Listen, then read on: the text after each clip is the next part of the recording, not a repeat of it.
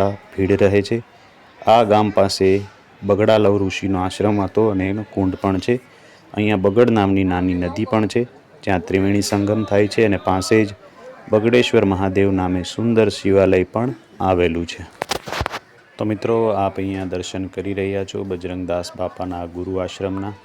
અહીંયા તેમની તમામ ચીજ વસ્તુઓ જે વાપરતા હતા તે પણ દર્શાવેલી છે, જેમાં તમને દેખાય છે એ રીતે એ તમામ ચીજ વસ્તુઓ બજરંગદાસ બાપાની અહીંયા આશ્રમમાં આપણે એની બંડી છે અને તેની જે ઉપયોગ કરતા એ બધી વસ્તુઓ અહીંયા મૂકેલી છે, જેને આપણે દર્શન કરીને ધન્ય બનીએ છીએ।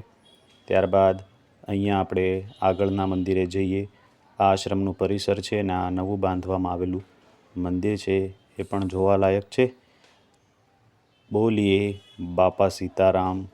આ છે ધ્યાન મંદિર, ત્યાં પણ આપણે બાપાના દર્શન કરીએ અને બાપાને યાદ કરીએ। મિત્રો, આ એક પવિત્ર જગ્યા છે જ્યાં આવતા જ આપણું મન શાંત થાય છે અને આપણા જીવનને સાચી દિશા મળે છે। તો આવા પવિત્ર સ્થળે દર્શન કરવા અચૂક આવવું।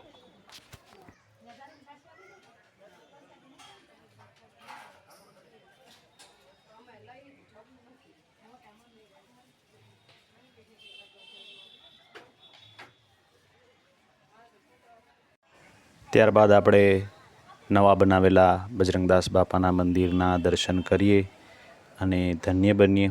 તો આ છે નવું બાંધવામાં આવેલું મંદિર, જેને જોતાં જ આપણા મનને શાંતિ મળે છે।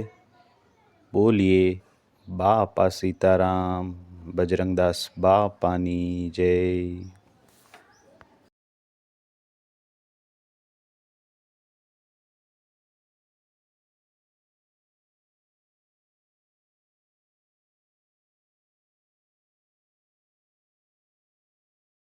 બોલીએ બજરંગદાસ બાપાની જય।